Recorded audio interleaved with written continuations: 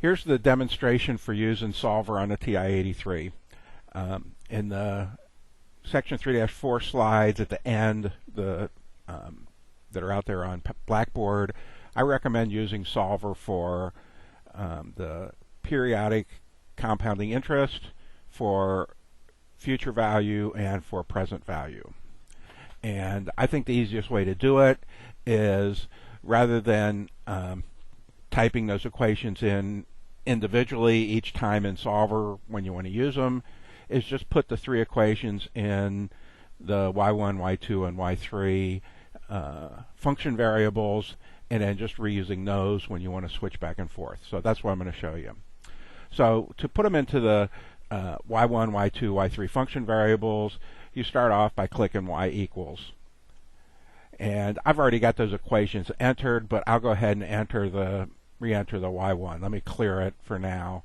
And what I want to put in is the equation for compound interest. Now, in Solver, for the TI-83 and 84 at least, the equation that you enter has to be some equation that equals 0.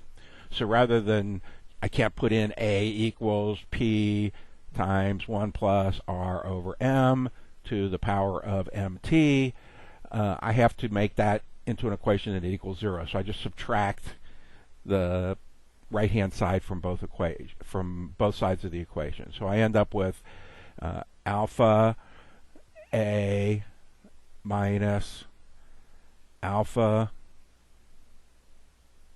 P times 1 plus alpha R divided by alpha M, close parentheses, power, open parentheses, alpha M alpha T, close parentheses. So that's the same thing that I had in before, and I just hit enter. So we can now see that y1 has the equation for periodic compounded interest. A is the amount you have at the end, P is the amount that you put into the account, R is the yearly rate, M is the number of compounding periods per year, and T is the time in years. In the y2, I've got the formula for future value. F, which is the future value, minus P is the payment, 2 open parentheses, 1 plus I. I is the interest rate per period, which is R over M, to the power of N, and N is the number of payments, which is the number of compounding periods, which is also M times T, minus 1, close parentheses, divided by I. So for the y2 equation, F is your future value, P is your payment, I is your interest per compounding period, and N is the number of compounding periods. My y3 equation, I've got the equation for present value, where I'm using V for present value because I'm already using P for payment.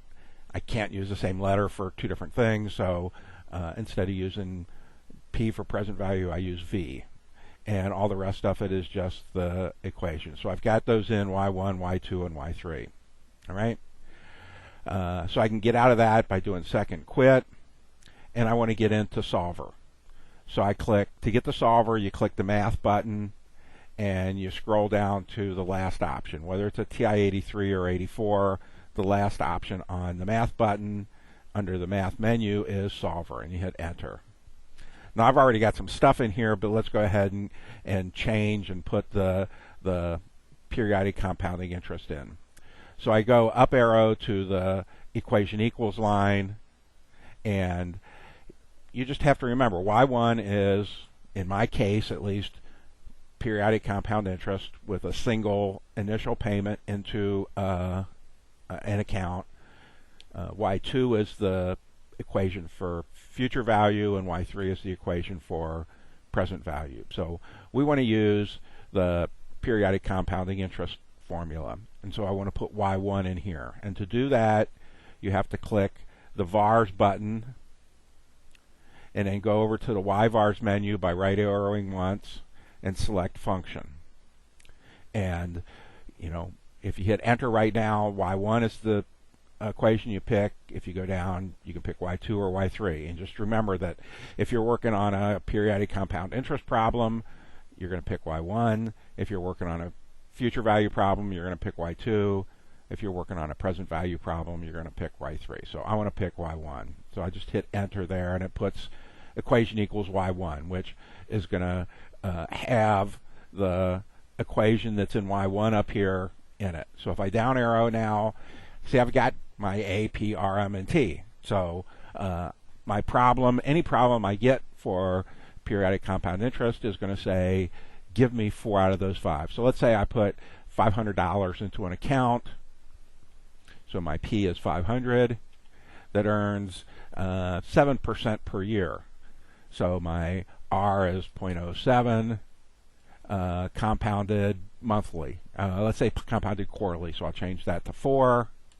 And I'm going to leave it in there for 2.25 years.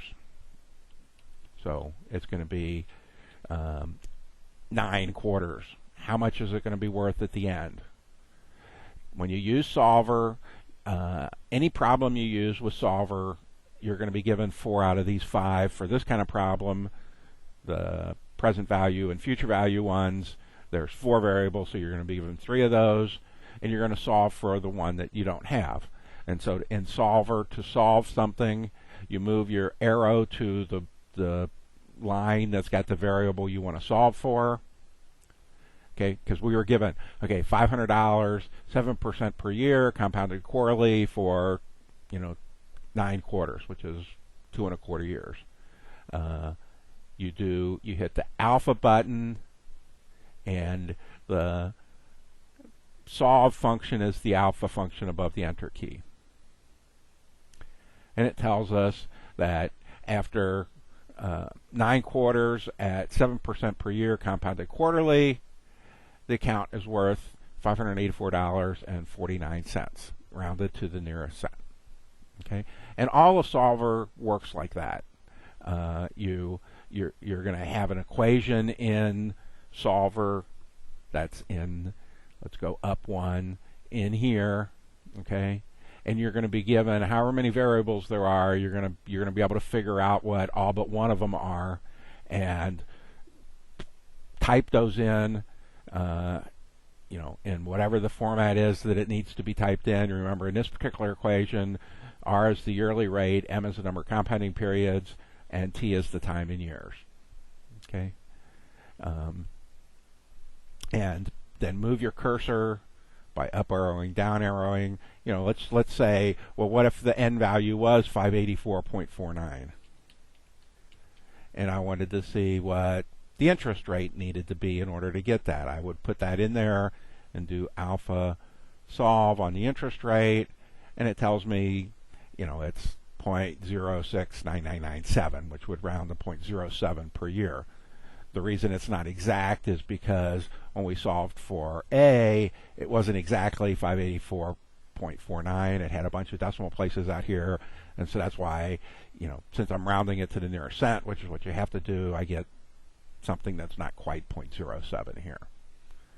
If I put 0.07 back in here and solved for the number of compounding periods, alpha solve, again, it wouldn't come out to exactly 4, but you're never going to get an investment that pays you 7% per year compounded 3.98 times per year. That's got to be a 4. Okay? So let's go back and do a future value problem.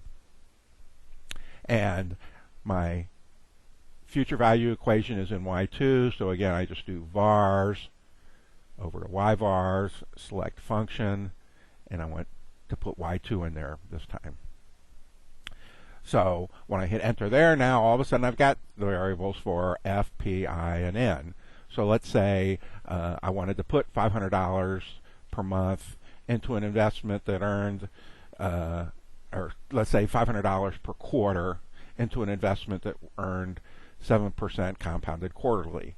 Well, now in the future value equation, the version of it that we're using is the I is the interest rate per period. So 7% compounded quarterly is 0.07 divided by 4. And just enter it like that. Don't figure out what 0.07 divided by 4 is and then write it in. Just put it in like that. The calculator will convert it to the correct number. And let's say, again, we were going to do that for 9 quarters, which would be 2.2, which would be, in this case, I have to put it in as 9, okay? Because I'm going to put 9 payments of $500 each. Now, it's going to be worth a lot more than the $584 or whatever it was, because I'm putting 9 payments of $500 in, not just a single one at the beginning. So if I want to solve for future value there, I just do alpha solve, and it tells me that the value is $4,828.21. Okay? So notice that I do have to convert I and N. This is not R and T anymore.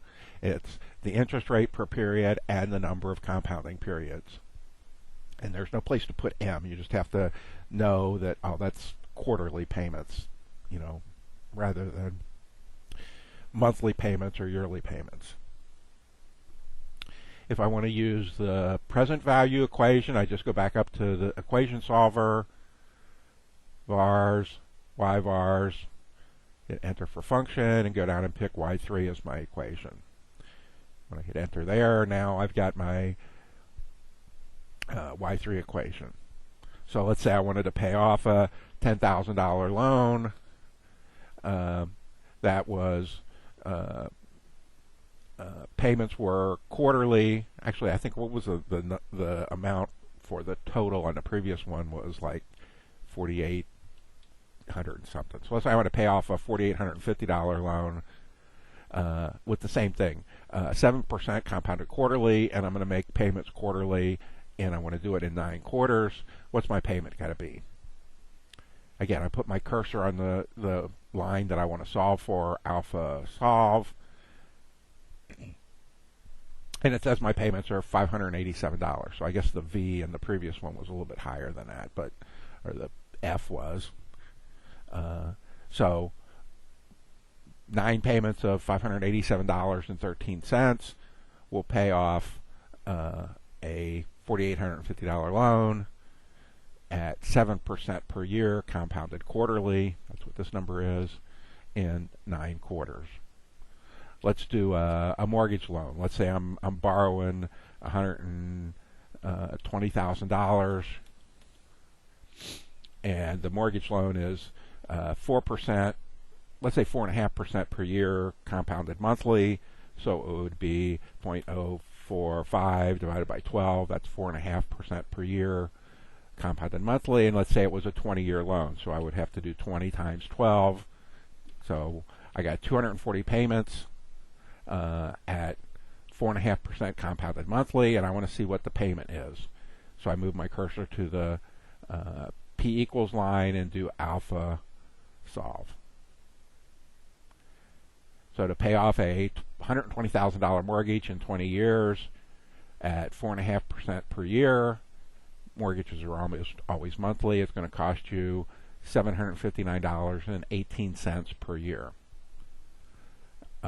So let's put 759.18, since that's what your real payments are going to be, and figure out what the present value for that is.